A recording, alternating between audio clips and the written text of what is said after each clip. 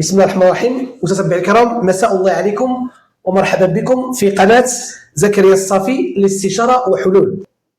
اليوم إن شاء الله خصصنا هذه الحلقة هذه القضاء الإداري، وبالضبط غنتكلموا في العلاقة ديال المواطن بالإدارة والموظف. على هذا الأساس غنتكلموا على الخطأ الإدارة. راه الإدارة فيها جوج الوسائل، وسائل مادية اللي مطريها من البيرويات والمسائل، وسائل بشرية أي الموظفون. متابعي الكرام، هنا المشرع سند المسؤولية الإدارية إلى قاعدة قانونية عامة ينص عليها قانون التزامات عقود المغربي في الفصول الثلاث، الفصل 77 والفصل 79 والفصل 80 منه. نتوما تتعلموا علم اليقين بأن المواطن فاش يخطأ له الموظف شي وثيقة أو تصدر شي فعل على الموظف فهو تيشكي بالإدارة، ما تيشكيش بالموظف. ولكن في هذه الحلقة إن شاء الله جينا نبين لكم نوريوكم كيفاش تعرفوا الخطأ ديال الموظف من الخطأ ديال الإدارة. نتوما تتعلموا علم اليقين منذ صدور قانون 55/19 المتعلق بتبسيط الإجراءات الإدارية. معظم الإدارات المغربية الموظفين ديالها تبدلت العقلية ديالهم، كاين شي استثناءات ولكن إلا الموظفين ديال الجماعات والمقاطعات حاشا جوادهم، ولكن الأغلبية ديالهم هما اللي تيقوموا بهذه الأفعال وتيغلطوا الناس ويسبوا الناس في أضرار جسيمة. تتنص المادة 80 من قانون التزامات العقود المغربي تتقول لك بأن جميع الموظفين الدولة والبلديات فهم مسؤولون شخصيا عن الأفعال أو عن الأضرار الناتجة عن فعلهم أثناء قيامهم بواجبهم المهني. وباش نثبتوا هذا الخطأ على الموظف خص يكون الفعل اصلا مخالف للقانون. الا ما كانش مخالف للقانون ما تتسماش خطأ ديال الموظف. ثلاثه شروط اساسيه ورئيسيه باش يثبت الفعل او الخطأ راه ديال الموظف ماشي الاداره. الشرط الاول خص تكون علاقه الخطأ بالوظيفه، بمعنى اخر ما خص يكون وقع لك مشكل مع الموظف في الشارع العام او في شي حفله او في شي مكان خاص وتجي تقول له هذاك الخطا راه بسببك او كذا او بسبب ديك العلاقه اللي كانت بيناتنا. خص يكون في قلب الاداره ويكون هو السبب الفعلي فيه. الشرط الثاني الغايه والهدف، يعني يكون الموظف عنده واحد سوء النيه في ديك الفعل اللي دار في حقك.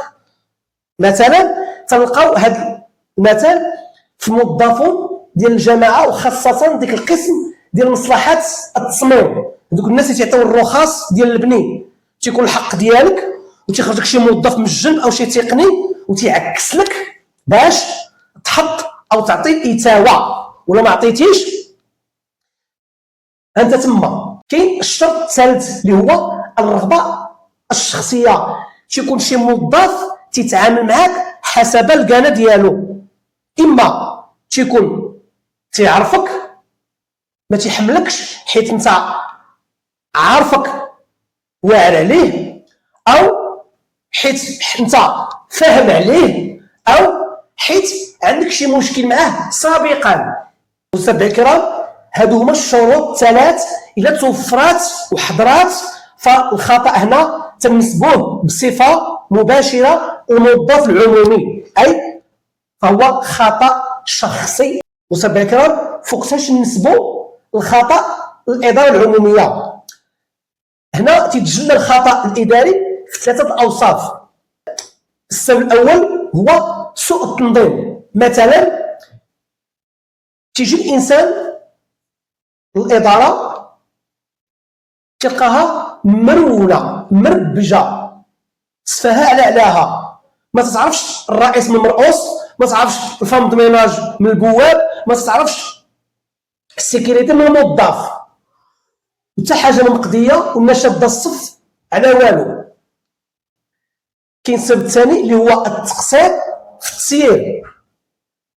مثلا تتكون شي اداره مفروض عليها تقوم بواحد المهمه او تحط واحد التجهيزات المواطن يستافد منه ما تديرهاش.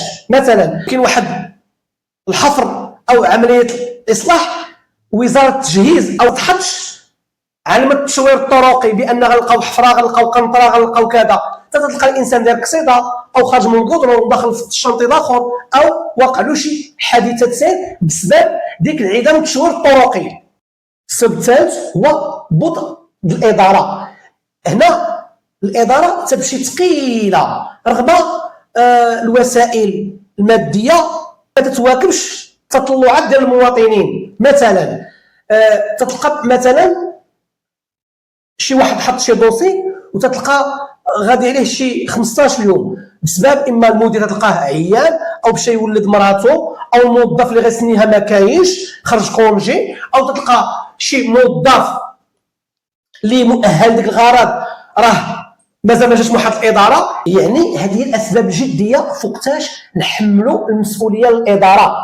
متابعي الكرام، ترقبوني باش نعطيكم اش كيقول الاجتهاد القضائي في هذا الباب، وكذلك الا تعرضتم لخطا الاداره او خطا ديال الموظف لما غتطلبوا التعويض، واش الاداره ولا الموظف ولا هما معا. متابعي الكرام، هو موضوع شيق وفيه ما يتقال، ولكن انا ما بغيتش نطول عليكم باش ما ندوخكمش. متابعي الكرام، نتمنى من الله بعض الموظفين ديال الجماعات والمقاطعات يغيروا العقليه ديالهم ويواكبوا تطورات العصر ويعرفوا بان راهما ماشي جالسين في الفيرما ديال الوراثه، راهما خدامين عند الدوله، والدوله راها في خدمه المواطن. فلهذا ينقصوا شويه من ديك البسالات ديالهم ويحسنوا المعامله مع المرتفقين. الى هنا استودعكم الله الذي لا تدع ودائعه، والسلام عليكم ورحمه الله وبركاته.